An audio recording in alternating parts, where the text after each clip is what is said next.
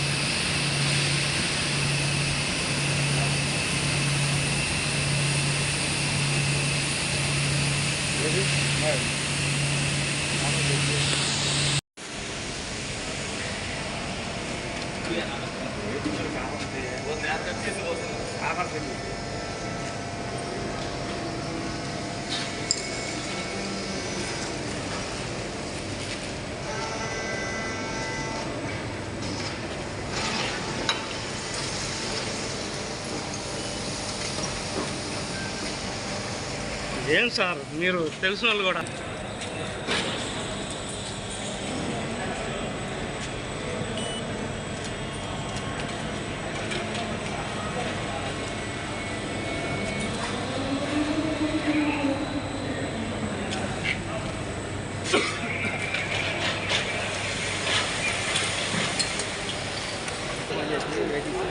మూడు నెంబర్ వాళ్ళు ఫోన్ ఎత్తకుండా అన్న కొంచెం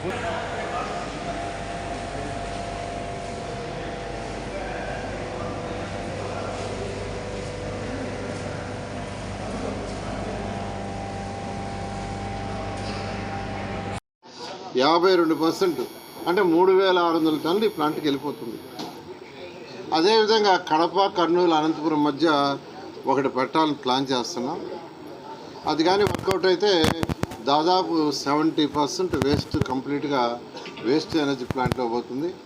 ఆ రోజు మేము ఆంధ్రప్రదేశ్లో ఈ ప్లాంట్లు పెట్టేటప్పటికి భారతదేశంలో కేవలం 3 ప్లాంట్లే ఉన్నాయి.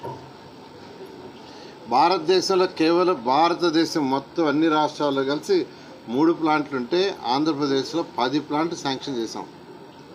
అందులో 2 టేకాఫ్ అయినాయి, మిగతాయి గత ప్రభుత్వం వదిలేసింది. ఈరోజు భారతదేశంలో 15 ప్లాంట్లు వస్తే గత ప్రభుత్వం 5 సంవత్సరాల్లో ఒక్కటంటే ఒకటి కూడా పెట్టాల. అంటే వాళ్ళకి దాని మీద ఇది లేదా, దాని మీద అలాంటి అవగాహనే లేదు.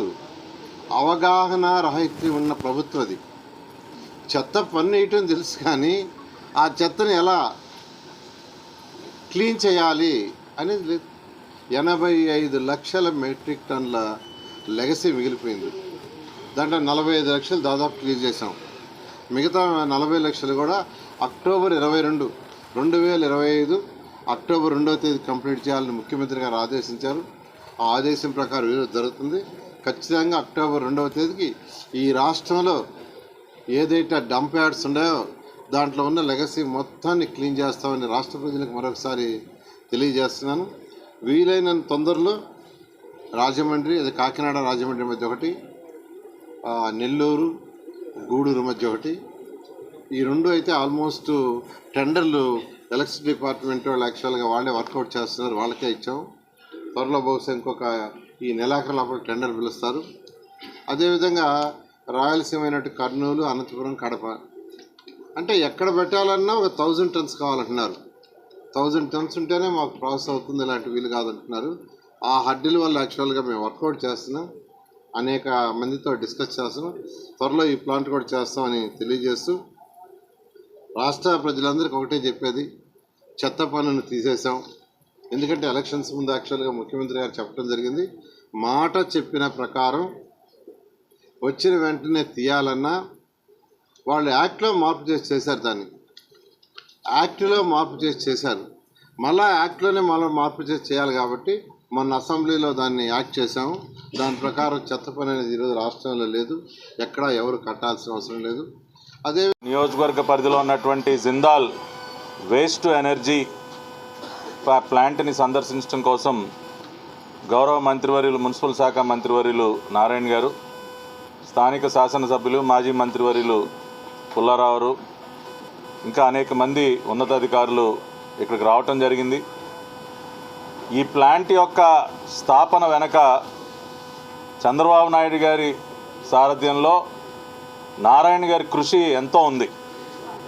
గతంలో 2014-19 మధ్య రాష్ట్రంలో సాలిడ్ వేస్ట్ మేనేజ్మెంట్కి ఏది బెస్ట్ సొల్యూషన్ అనేది స్వయంగా నారాయణ గారు దేశంలోనే కాకుండా విదేశాల్లో ఉన్నటువంటి అనేక టెక్నాలజీస్ని ఆయన స్టడీ చేసి చంద్రబాబు నాయుడు గారిని స్వయంగా ఆ ప్లాంట్ల సందర్శనకి తీసుకువెళ్ళి ఇవాళ రాష్ట్రంలో గుంటూరు వద్ద విశాఖపట్నం వద్ద 2 వేస్ట్ ఎనర్జీ ప్లాంట్లు మోస్ట్ ఎఫిషియెంట్గా పనిచేస్తూ ఉన్నాయంటే దాని వెనుక పెద్దల నారాయణ గారి కృషి.